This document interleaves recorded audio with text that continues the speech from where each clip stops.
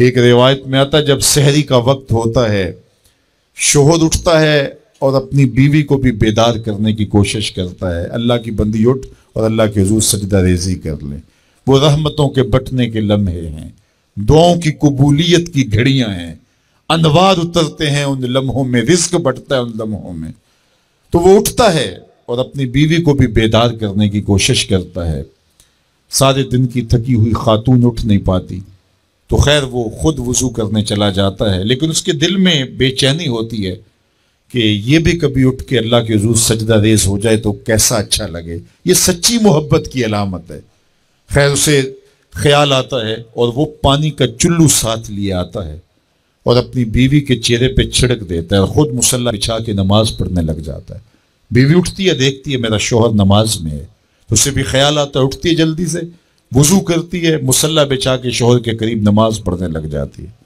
ایک طرف شوہر نماز پڑھ رہا ہے، ایک طرف بیوی نماز پڑھ رہی ہے۔ سحری کے لمحے ہیں، ٹھنڈی ٹھنڈی ہوائیں چل رہی ہیں، انوار اور رحمتوں کی برکھا برس رہی ہے، کوئی دیکھ نہیں رہا، ریا کا شائبہ ہی نہیں، دروازے مقفل ہیں، اور کبھی سجدے میں بیوی ہے، کبھی سجدے میں شوہر ہے، کبھی وہ قیام میں ہے اور یہ رکوع میں ہے، کبھی یہ رکوع میں ہے وہ قعدے میں ہے۔ دونوں سحری کے وقت اللہ کے حضور سجدہ ریز ہے میاں بیوی۔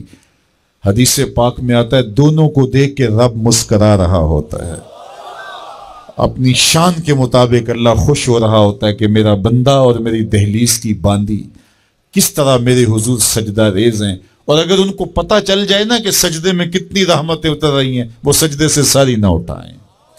5 گانا نماز کا شعار بنا لو زندگی میں، کبھی قضا نہ ہونے پائے، اور اگر اللہ نصیب کرے تو سحری کے سجدے بھی زندگی میں شامل کر لو۔ دیکھنا زندگی کس طرح ٹینشن فری ہوتی ہے۔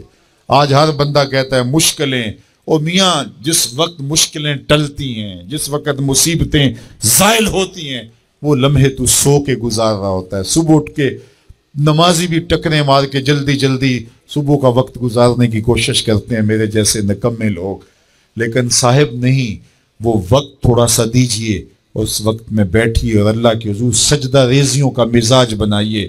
معراج النبی کا جو خاص تحفہ ہے وہ نماز ہے جو حضور لے کر آئے، اور پھر بارگاہ قدس میں جب حضور حاضر ہوئے، اللہ نے اپنے محبوب کو بہت کچھ دیا تھا، 70,000 اسرار تھے، 70,000 رموز، 70,000 حکایات، اور بہت کچھ دیا۔ سب کچھ دینے کے بعد کہا محبوب یہ تو میں نے خود دیا، اب تو بتا میں تجھے کس چیز سے نوازوں، تیری اپنی بھی کوئی چاہت ہو۔ تو محبوب نے جو جواب دیا وہ سنیے۔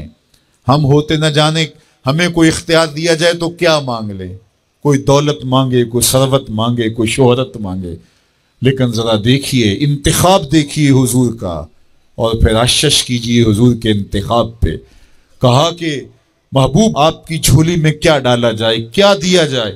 تو محبوب نے کیا کہا؟ بنسبتی الیک بالعبودیہ، اے اللہ ساری زندگی میں یہ کہتا رہا کہ تو میرا رب ہے، آج تو بھی تو کہہ دے کہ تو میرا بندہ ہے، مجھے عبد کہہ کے پکار دے۔ میں نے سجدوں میں کہا تو میرا رب ہے، میں نے قیام میں کہا تو میرا رب ہے، میں نے طائف کے بازاروں میں، مکے کی گلیوں میں کہا تو میرا رب ہے، میں سینے حرم میں کہا تو میرا رب ہے، میرے بدن پہ اوجریاں ڈالی جاتی رہیں، میں نے کہا سبحان ربی الاعلی، میں نے تجھے پکارا اور پتھر برس رہے تھے، میں نے کہا تو میرا رب ہے، میں نے تجھے ہر موقع پہ اپنا رب کہہ کے پکارا، آج تو بھی تو کہہ دے کہ تو میرا بندہ ہے۔